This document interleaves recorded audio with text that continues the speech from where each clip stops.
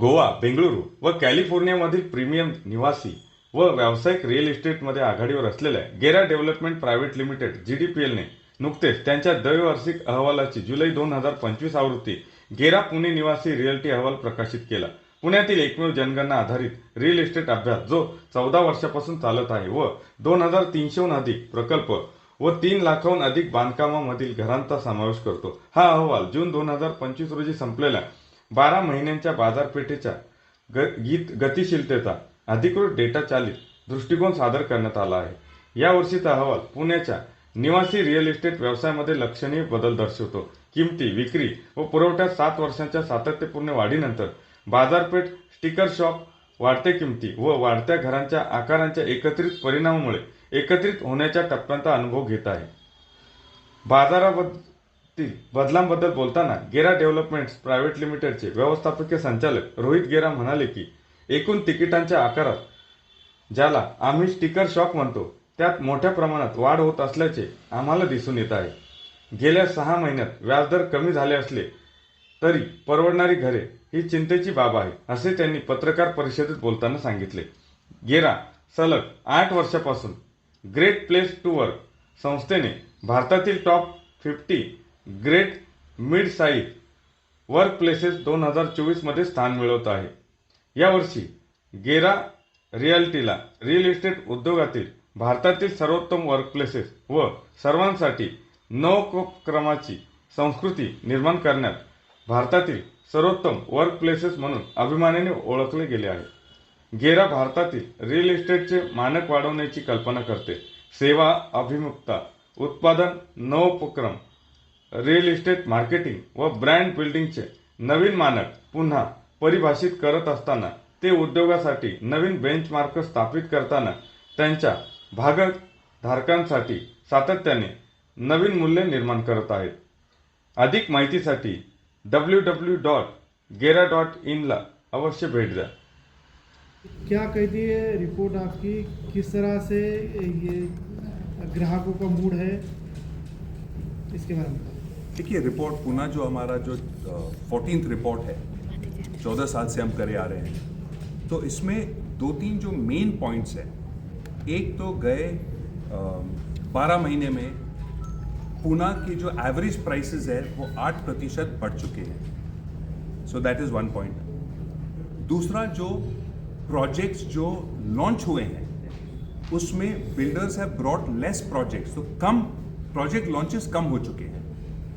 Sales थोड़ा कम हो गया है. लेकिन सबसे जो महत्वपूर्ण बात है कि गए 4 या 5 साल में 25% एवरेज घर के साइजेस बढ़ चुके हैं.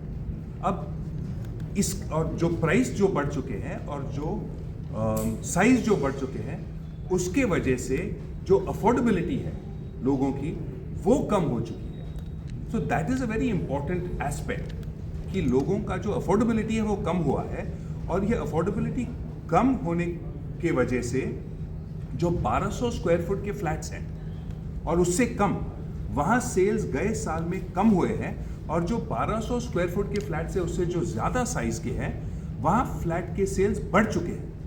तो इसका क्या मतलब है कि जिनके पास बजट्स हैं वो खरीद रहे हैं, लेकिन जो जहाँ अफोर्डेबिलिटी कम है, प्राइस बढ़ने की वजह से और साइज बढ़ने की वजह से उस एरिया में वो उस सेगमेंट में सेल्स कम हुए हैं.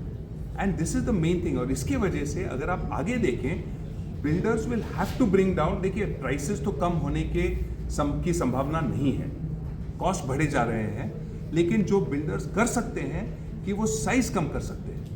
और जो 1200 स्क्वायर फुट तक जो फ्लैट्स हैं, अगर वहाँ हमने साइज कम किया तो वहाँ अफोर्डेबिलिटी बढ़ेगी और वहाँ से भी सेल्स बढ़ने की संभावना है.